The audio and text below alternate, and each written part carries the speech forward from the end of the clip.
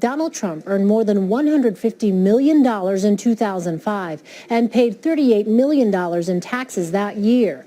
Those figures were confirmed by the White House Tuesday after MSNBC host Rachel Maddow said she had obtained a copy of the first 2 pages of Mr. Trump's 2005 returns. The returns also show much of that $38 million was paid in the form of the Alternative Minimum Tax, or AMT, a tax Mr. Trump has said he would like to eliminate.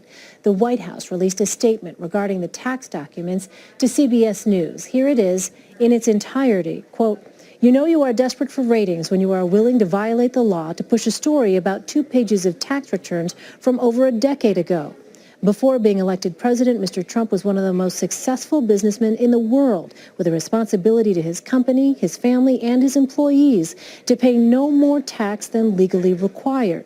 That being said, Mr. Trump paid $38 million, even after taking into account large-scale depreciation for construction on an income of more than $150 million, as well as paying tens of millions of dollars in other taxes, such as sales and excise taxes and employment taxes, and this illegally published return proves just that.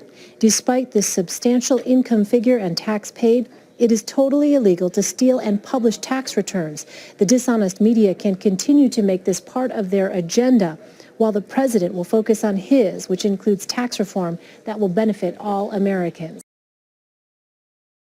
We should note neither MSNBC nor the White House listed the sources of Mr. Trump's income. They also did not explain any potential breaks in the tax rate that he may have enjoyed.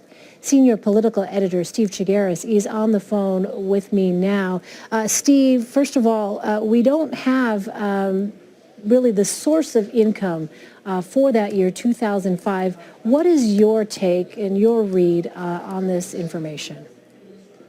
Well, we're all fascinated with anything we can find out about Donald Trump's taxes, mainly because he hasn't revealed any of them voluntarily. We've gotten a glimpse at the first 2 pages tonight of his 2005 tax return, and as anybody knows who's filling out their taxes, the first 2 pages really is just a summary of what you've made, and what you've paid in income tax.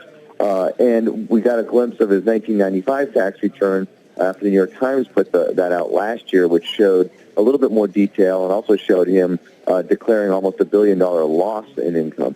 So that's all we know about Donald Trump's entire income history. Almost all of the presidential candidates for the last 40 years have released tax information, income tax information. So anything we get is sort of fascinating to us. And so the fact that he had made $150 million in 2005 is news to us, and again, very interesting. And the fact that he paid $38 million, including about $31+ million in the AMT, as you mentioned, again, all fascinating information.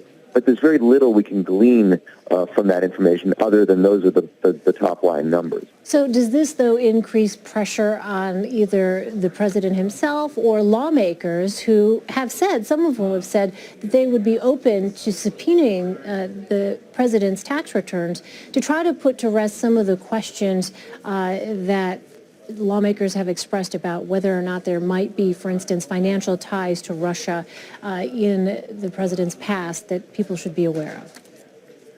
Well, so that's it's a good question, and so people have many questions about many parts of Donald Trump's finances. For instance, they want to know how much he's given in charity. There was a whole debate last year about the charities that he had supposedly given to or did not give to. We want to see that kind of information. You mentioned Russian ties. That is an investigation that's currently going on Capitol Hill.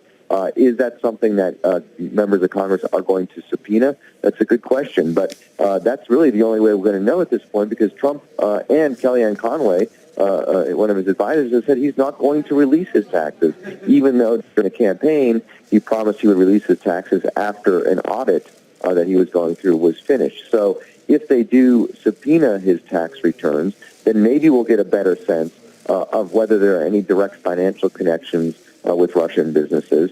But as of now, all this does is lead people to speculate on what his financial situation is. And frankly, if he wants to keep that mystery out there, then he'll keep this stuff under wraps.